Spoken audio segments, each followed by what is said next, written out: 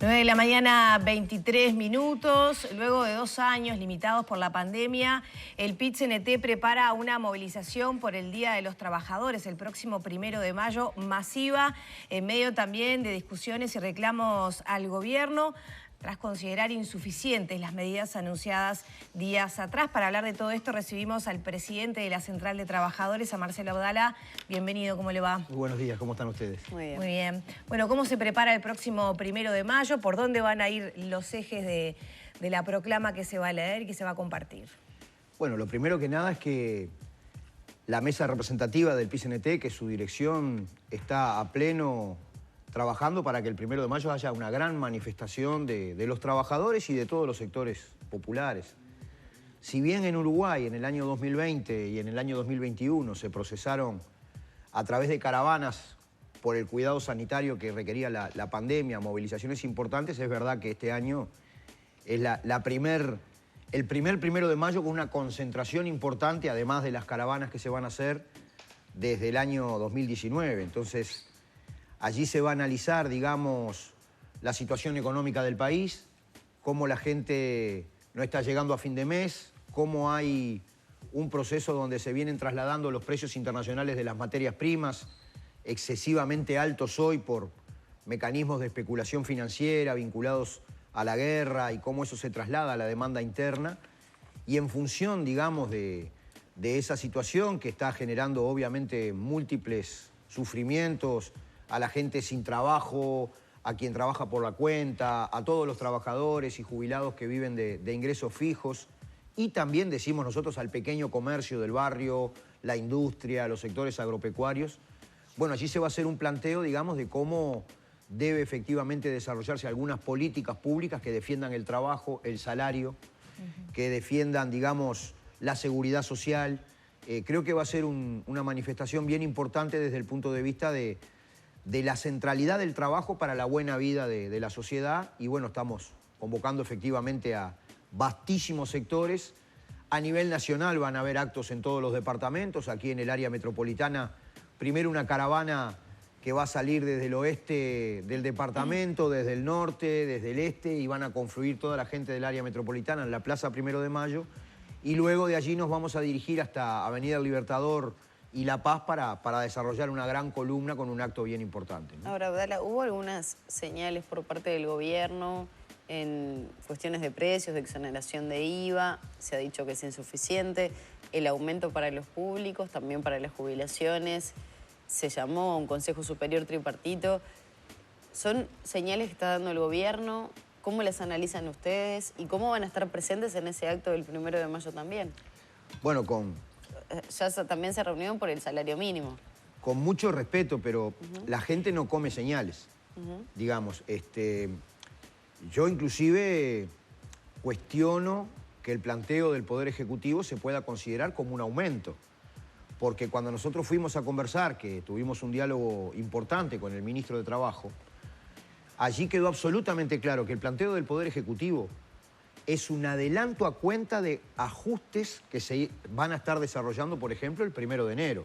Entonces, lo que te dan ahora te lo deducen, se puede escoger, digamos, si eso te lo deducen del ajuste salarial o de la recuperación, pero en el fondo, lo que aparece ahora, que se anunció ahora, pero va a estar vigente efectivamente en agosto recién, te lo terminan deduciendo con el otro ajuste, ¿no? Entonces, tal vez expliquemos un poquito más, porque el otro día creo que tampoco quedó del todo claro. Falta un decreto que como que apruebe toda esta situación. ¿Cómo sería? A mí me aumentan un 2%, después se tiene en cuenta en qué forma para el mes de enero. Tomemos por caso que a vos te toca como trabajadora pública, si fuera el caso, un 2% que te dan ahora, que lo empezás a cobrar en agosto, pero en enero, si tú tenés, pongo cualquier cifra, tenés un 7.5, no, tenés un 5.5 porque te van a descontar ese 2%. Entonces, inclusive, digamos, hasta se podría señalar que en realidad no se trata de un aumento, porque si a vos te lo deducen después, ¿entendés? Y bueno, y lamentablemente el planteo que hizo el PIT-CNT, que fue en una buena, inclusive contemplando la preocupación del Poder Ejecutivo, bueno, ¿por qué no ajustan, por qué no tocan el salario mínimo nacional?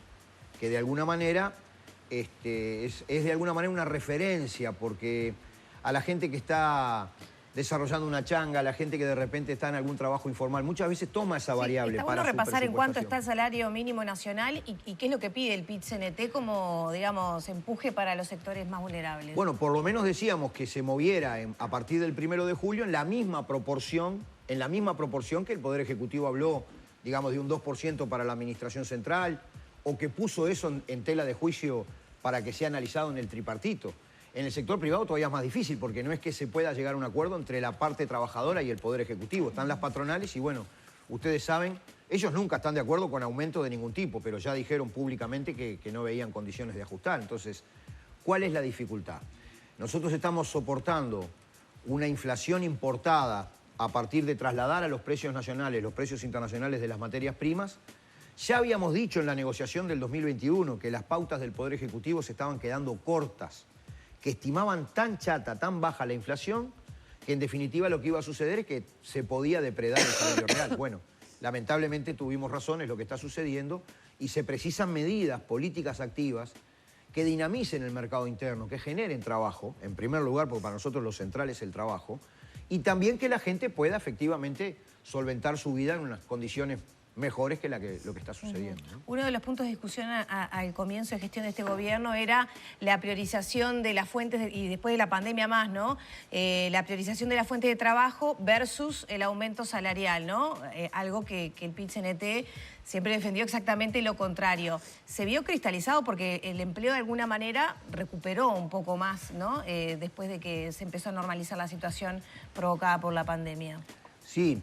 Y el problema de la igualdad. No hay que olvidarse que mientras vastísimos sectores de nuestro pueblo la están pasando mal, durante el año pasado los sectores más vinculados de repente a los agronegocios, vinculados al gran capital, depositaron en el sistema financiero en el exterior alrededor de 8.000 millones de dólares, ¿no? Es decir, no es solamente que acá se está complicando la cuestión desde el punto de vista de la vida de la gente, de la pobreza, sino que el problema es que este proyecto tiende a exacerbar la desigualdad. Para nosotros esa es una falsa oposición. Si a mí me preguntan, ¿ustedes están de acuerdo con políticas activas, explícitas, que tiendan a generar trabajo de calidad? Y decimos sí, hemos propuesto múltiples acciones pensadas para generar trabajo. Pero para nosotros no hay una oposición entre trabajo y salario. La inmensa mayoría de los trabajadores y también la inmensa mayoría de las unidades productivas, de las empresas, están mucho más asociadas a la dinámica interna, al mercado interno, que a la exportación. Entonces hay que razonar las cosas desde este punto de vista. Cuando baja el desempleo, los salarios tienden a subir.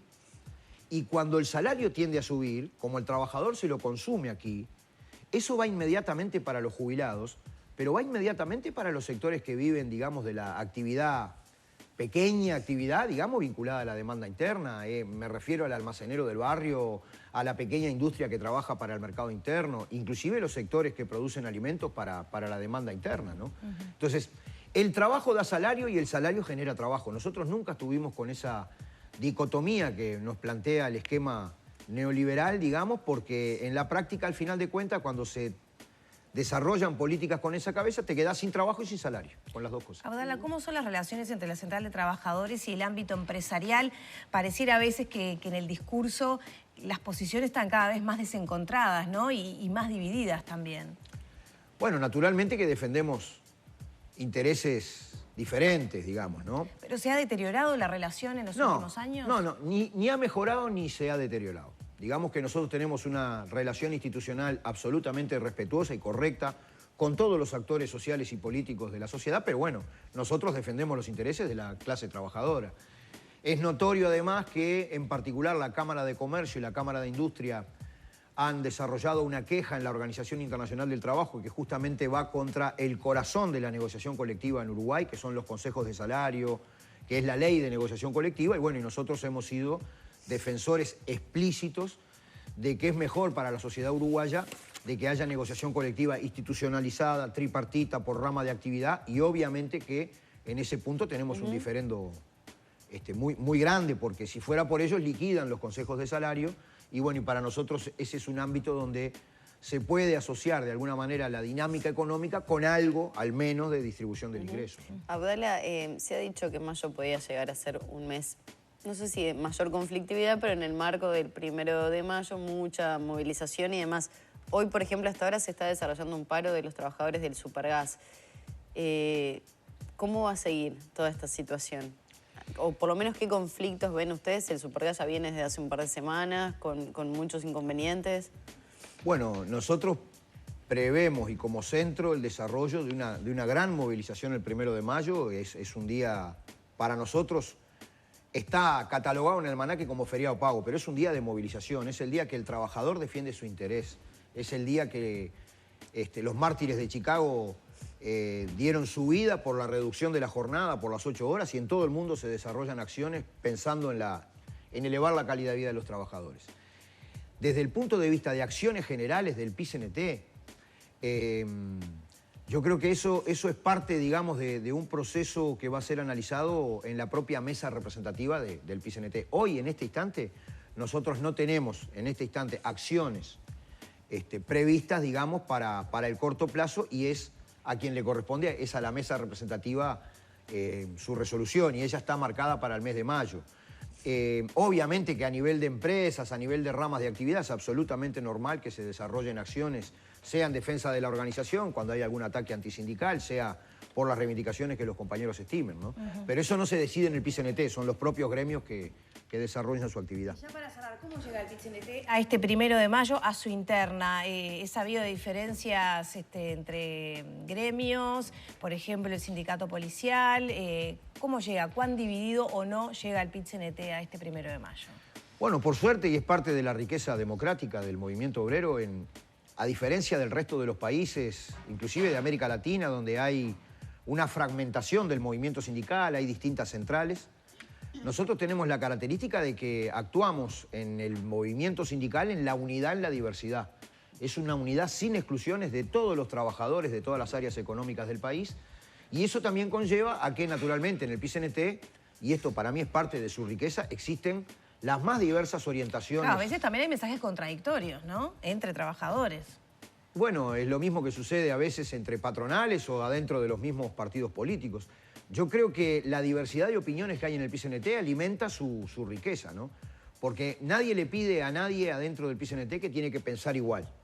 Digamos, lo que sí, obviamente, como cualquier organización, tomada una resolución, tenemos que ir todos a cumplirla y aplicarla, y en ese sentido yo creo que está robusta la unidad del movimiento sindical, más allá de diferencias que cualquier organización tiene y que son legítimas, ¿no? Abdala, muchas gracias por estos minutos. Un gustazo. Gracias. Cerramos por aquí entonces la entrevista con el presidente del PIT-CNT en la previa al próximo 1 de mayo. Ya son las 9 de la mañana, 36 minutos.